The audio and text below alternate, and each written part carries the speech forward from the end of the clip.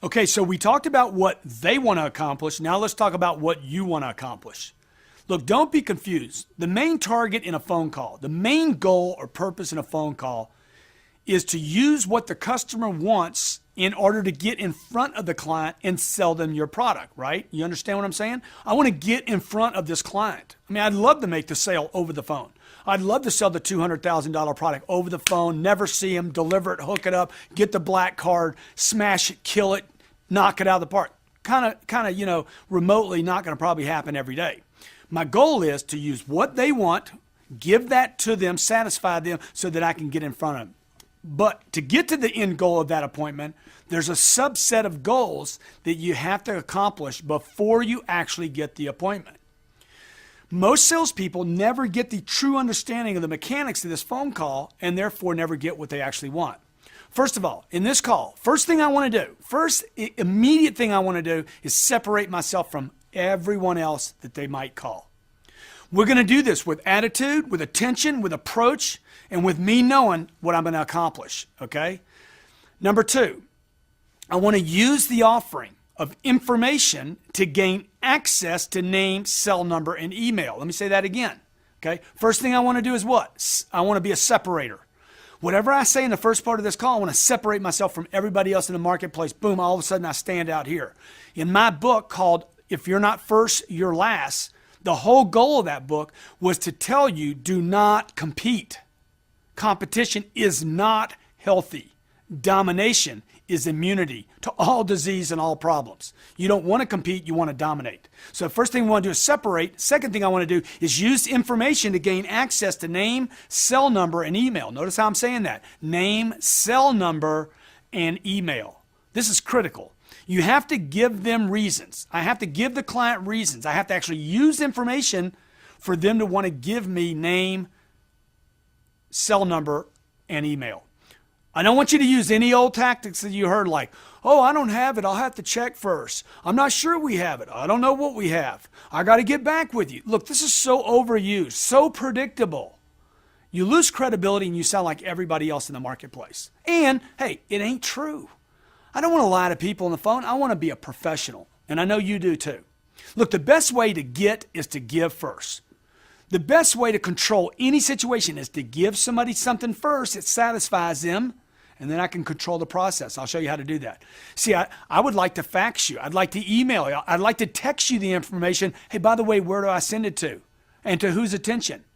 Watch, I just took a phone call. Hey, I'd like to fax you, text you, email you the information, okay?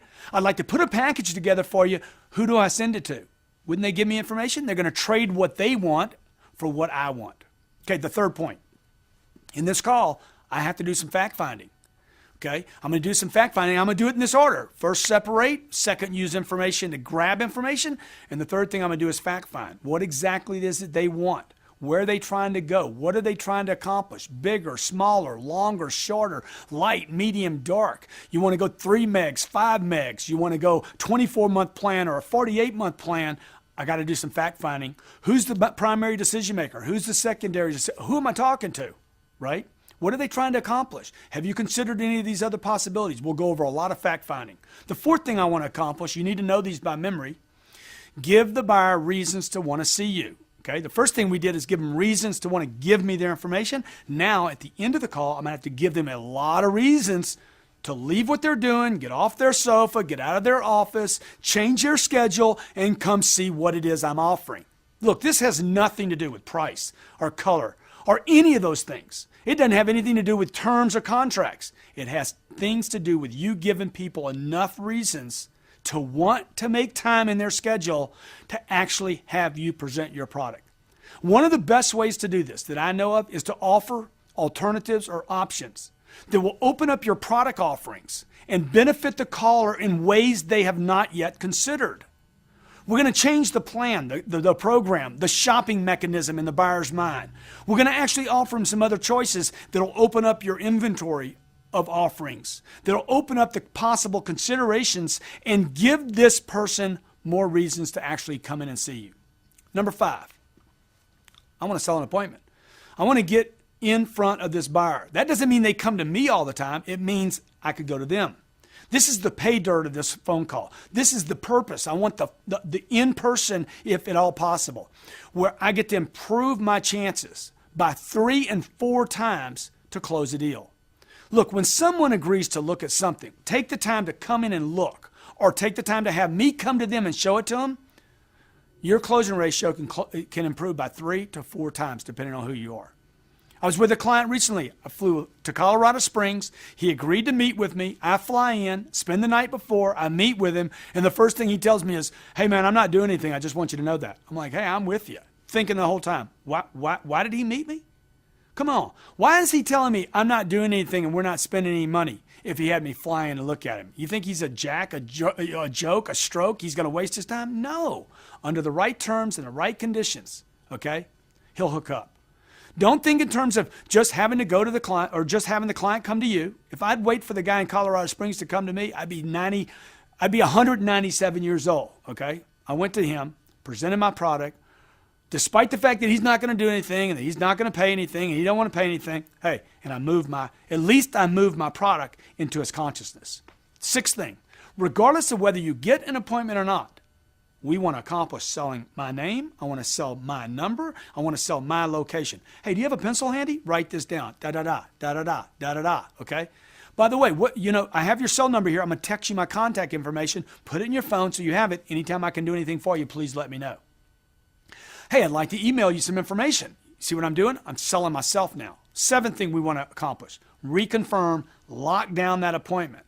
99% of all salespeople miss this in this phone call. Guy just agreed to an appointment. Sir, would there be any reason you couldn't make it in at 4 o'clock? I've had people do this.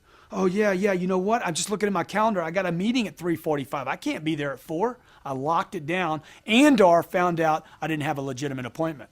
And then I'm able to move him to something he can do. 8, summarize in this call what you're going to do for them. Okay, when you get here tonight, I'm going to show you this, this, and this. I'm also going to show you this option and this option. It'll save you money.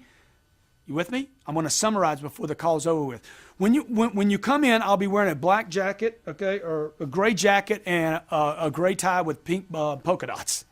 Okay, number 9, know what to look for. Hey, when you come in tonight, what are you going to be driving? Who are you going to be bringing you with? How will you be dressed so I know I can look for you? That'd be an important thing so you immediately can think, oh, that's the guy that's coming in at 3:45. Okay, also I want you to do this. Check your file vault on this program, in your program here, on the virtual site. Check your file vault or call our office for the scripts that we're going to use on these incoming sales calls. They're going to help you greatly get great at the phone call. Remember these? You need to know these by memory. Exactly what you want to accomplish. Remember, earlier chapter, what they want to accomplish first. Second, what do you want to accomplish? And then we're going to show you how to handle the call itself.